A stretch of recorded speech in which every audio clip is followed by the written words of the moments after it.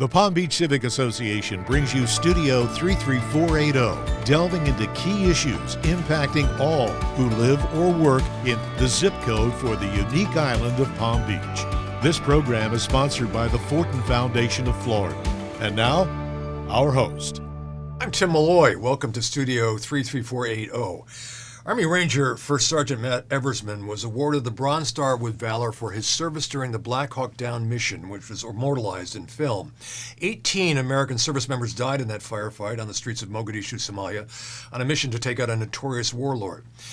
Returning to the United States, Matt was assigned to the Army War College and taught ROTC at Johns Hopkins University. In 2007, he was redeployed with the 10th Mountain Division and served 15 months in Iraq during the bloody surge, preparing Iraqi soldiers to do battle with al-Qaeda. Today, he and his wife live locally. His daughter went to Palm Beach Day Academy.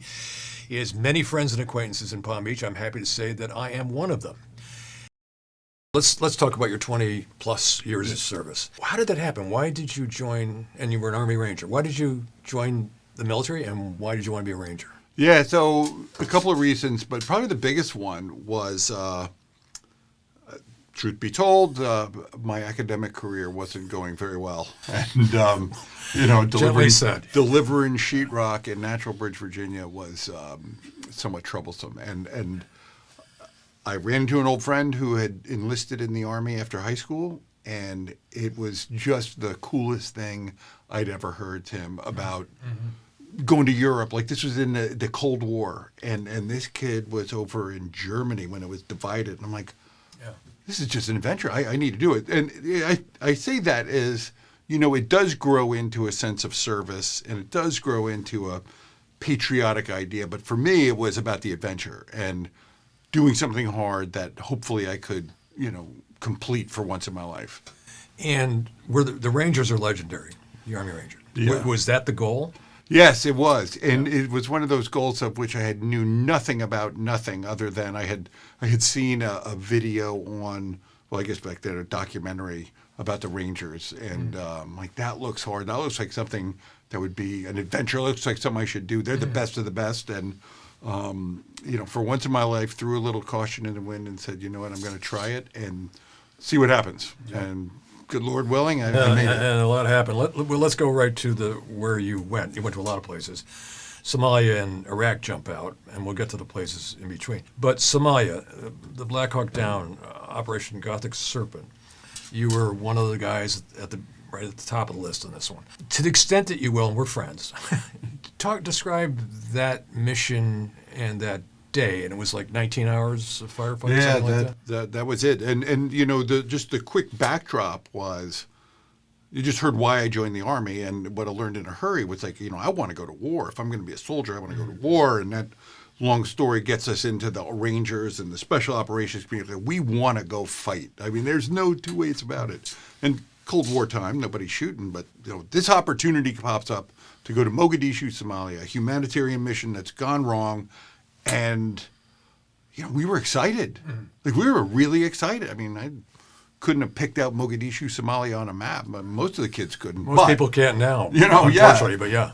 But this idea, like, we're going to go do something good for our country and our foreign policy, and we're the Rangers, and we're the ones that are getting ready to do it. And, as you know, it's not like it is in the movies, and it's not like it is on TV, and there's a reality of combat. But to land a whole plane, Tim, going to war, going to fight in Somalia for our country was, despite everything that happened and all the ugliness, it was a privilege to serve our country and to go do what we thought, and I still to this day think, was the right thing to do. I mean, taking care of a population of people that couldn't help themselves because of an oppressive regime. And their warlord. Yeah. He lost 18 guys. Ugly fight. One is on your wrist. Yeah. Tell us about Casey.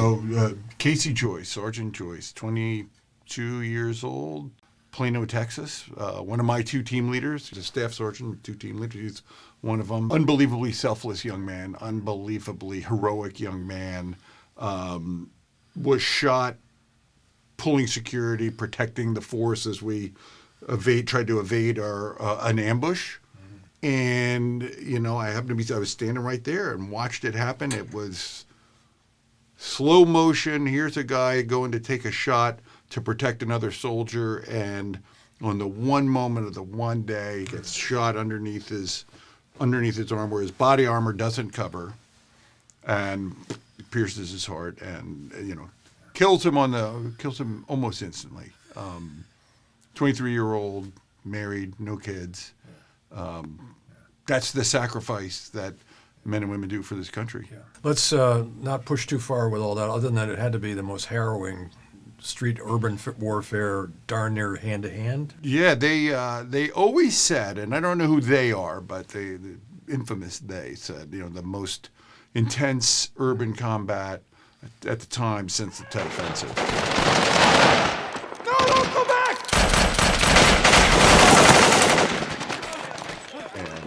And, we're talking everybody on that moment going in onto that battlefield, Tim, was fighting almost immediately 20 yards away, 60 feet, 50 feet. In some cases, it was across the street. That see the whites of their eyes kind of fight. And you have nothing to do other than react and go into instinct, muscle memory, and overdrive to plow through, because it's so unbelievably dangerous. It's so unbelievably frenetic. It's so unbelievably violent.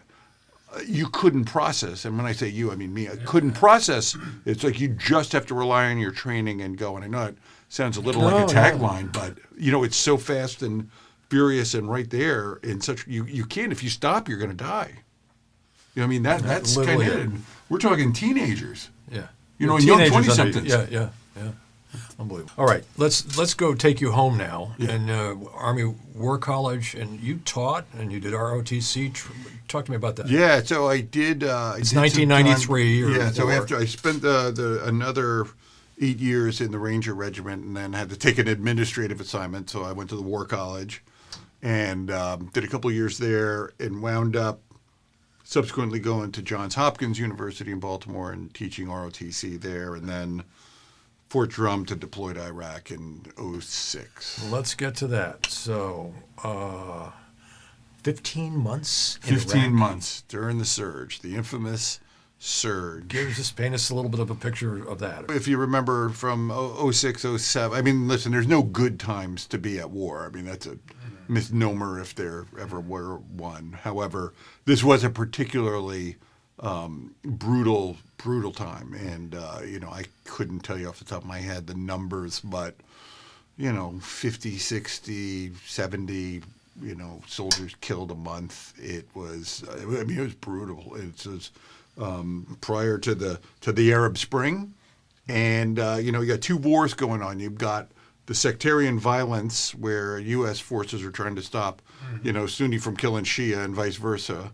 And then you got the counterinsurgency piece of trying to stop Al-Qaeda from doing their terrorist movements all through, and all of that combating the other. So you're a young American soldier or allied soldier trying to fight two different wars at the same time. And by the way, they've introduced this new concept of digging a hole, putting a lot of explosives in there, and attaching it to a cell phone IEDs. so they can blow you up from miles away. So it was always on your mind. The minute you got into a Humvee or anything else. Yeah. Anytime you go out of the wire, you just think, at least me, was I hope I don't feel it, because it's just, you can't help it.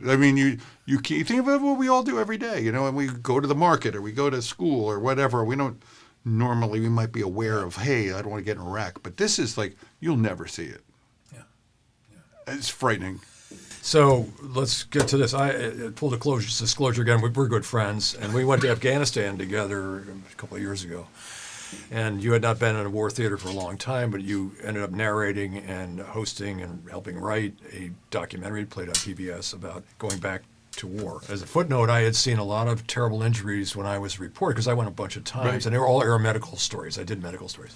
And the IED injuries were the ones that we were just unbelievable. What went through your mind when you landed in Afghanistan, and what did you learn anything that we are doing better now than we did back when you were in Somalia? Well, sort of, I think over the course of our time in Afghanistan, that bring a gun to the battlefield. Going without a gun was one of the sillier things I've done I remember in you my saying life. that to me. But in all seriousness, no, I was an Iraq guy, so I'd never been to Afghanistan. So a whole different battlefield in one sense.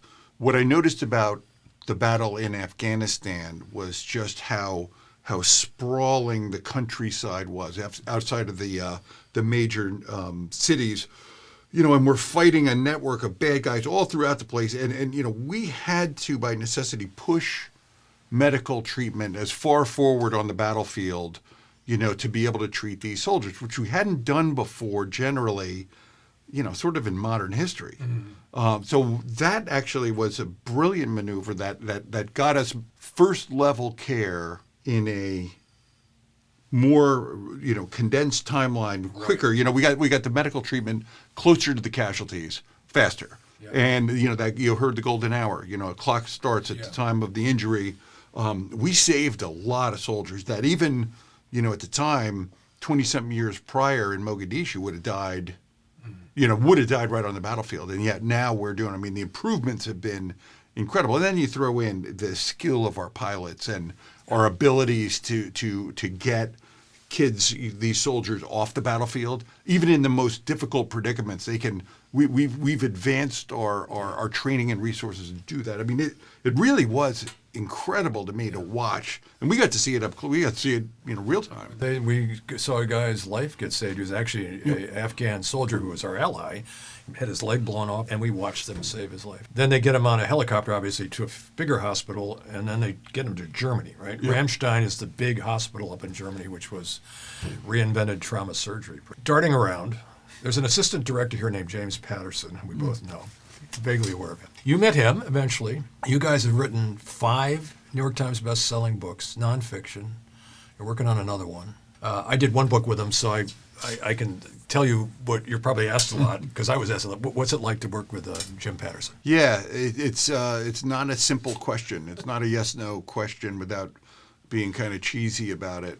But when you break it down, I would tell you working with, which is really working for Jim and my little piece of the project, it's always fun. He says it, and you've seen it on a lot of interviews. He's like, if you're getting paid to do something to love, you're not working, and that really is true. I've never felt like it was work.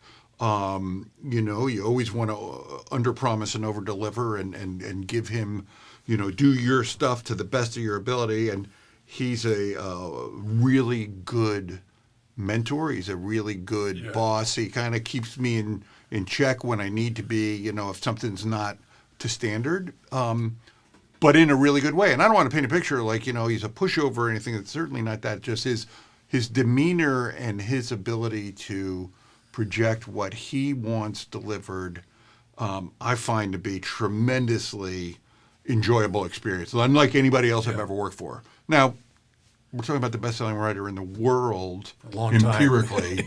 That there's that piece of it, which elephant in the room, you can't miss. But I would also throw out that never plays into it.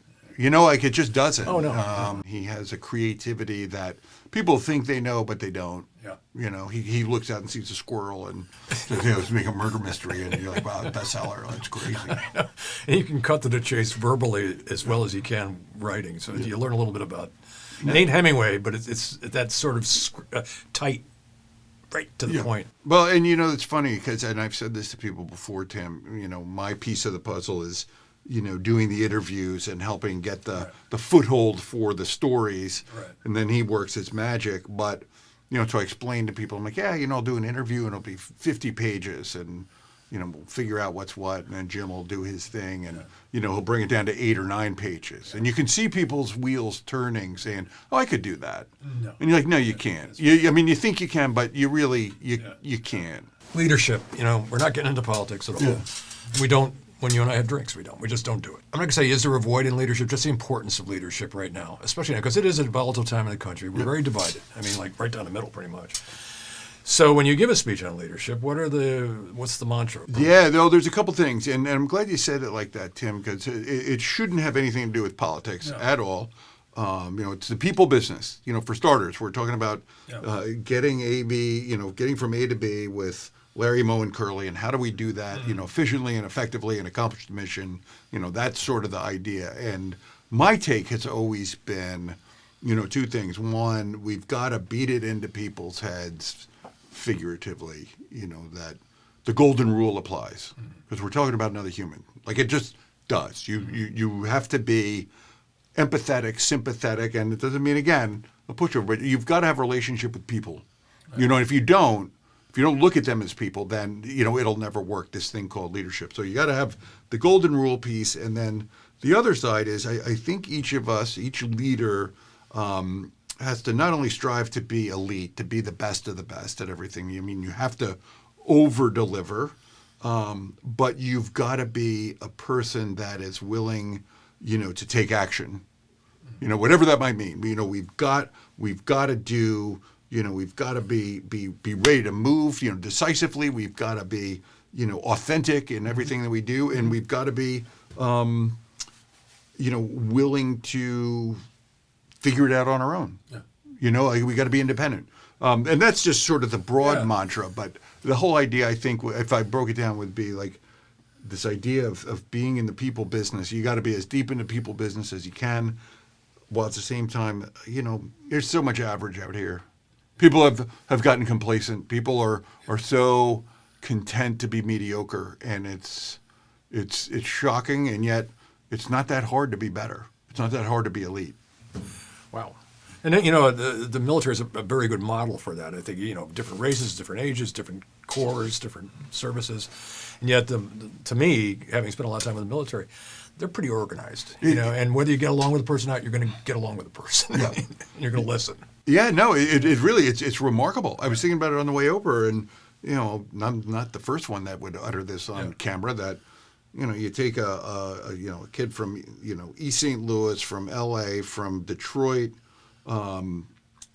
Lake Forest, Illinois, and Greenwich, and put them all together. Yeah. And, shockingly, really good things turn out of that. My best friend in this world that I met the first day of basic training, you've heard it before, little Irish thug, on his way to jail. And, boy, he's got a master's degree now. It's amazing. Yeah. You still in touch with the Black Hawk Down guys? Yeah, the internet helps. It's a pretty close group, but it's a small group. That was early on in my career, or relatively early on. And, a lot of guys got out after that, and I stayed in for, another, 15 or so years.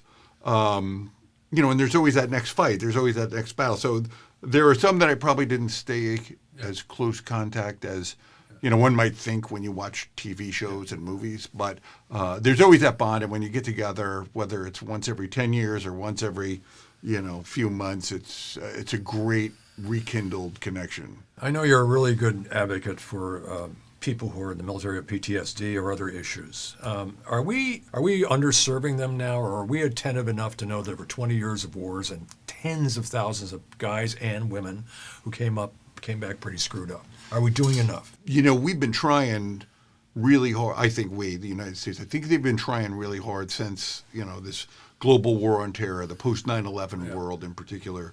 But my best explanation, Tim, is, you can't have there's not a universal solution.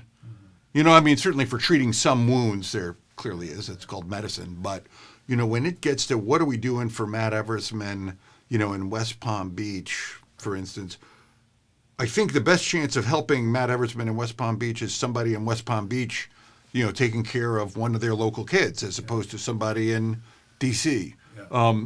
And I mean that in the sense that I think we're looking for national solutions that got to be solved locally. And, there's still kids under the bridge. We don't seem to be making a dent on it. And why? Because I think we're all looking to Washington. That's just one guy's opinion. I think that so many of these things could be solved locally. Yeah. And again, this is not even necessarily the VA problem, but I think what's frustrating is that after 2 decades and change of war in 2 theaters and a couple other places, we just seem to be pushing a rock uphill. Yeah. And I know, listen, we've done a lot of good. Credit where credit's due. There's a lot of kids, a lot of young men and women that have had great treatment, great service, have moved on, thrived. after traumatic events. But going back to what you just said, I mean, look under any bridge anywhere in America. You don't got to go far. I think we got to be able to we should do better locally. I've heard that not as many young people are enlisting. First of all, is that true, and is that concerning, and how do you entice people into this important role? Yeah. No, I think it is true. Who knows what the numbers actually are. I don't know even when I was on active duty if I knew. But there's no doubt there's a shortage. There's a manpower shortage. And I think there's a couple of things working against recruitment. And first is I think we're missing over the last years selling this to parents. And I think a lot of parents are far more excited about, little Johnny or little Debbie going to college, even if they shouldn't be, than going to the military or graduating from college and becoming an officer. I think that there's a first failure is parents. I think the second piece, I don't know that we've engaged as many veterans to help spread this gospel to young kids. I mean, listen, I speak to people all the time, Tim, that have never met a soldier. I mean, you think this is almost mathematically impossible that after 20-something years of war, wherever you are, that you've never known a young man or young woman that joined into the military. But yeah, it's very true. 9/11 was 24 years ago. People have moved on. They're not thinking we're not at war right now. And so, again, all these things, it gets below the fold, and I don't know that we have spread that message as well as we could. But I do think, really quickly, I think the good news is we'll always have a great core of young men and women that see the military for a variety of reasons, all which are true, that will make them better people and make better citizens and allow them to move to the next station in their lives. And I think that tried and true will always have them, which is good. Thankfully, thank those young kids. We could do better. There's so many opportunities in the military for young men and women that have nothing to do with going from safe to semi on your weapon. You could come do this in the military, and we need it to be done very, very well. Armed Forces TV and radio are really good. 1,000,000 times over. And it's the ultimate public service. I mean, there's a lot of public service, but at least to me, that's the one. Matt Eversmann, thanks for everything you've done with us today. Thanks for being my buddy. Thanks for what you did for the country. Well, buddy, I appreciate it. Anything for you, Tim. All right, Matt. I'm Tim Malloy for Studio 33480. Thanks for watching. We'll see you soon. Studio 33480 is brought to you by the Palm Beach Civic Association and our sponsor, the Fortin Foundation of Florida. We welcome your thoughts on how our program can best serve our members and residents.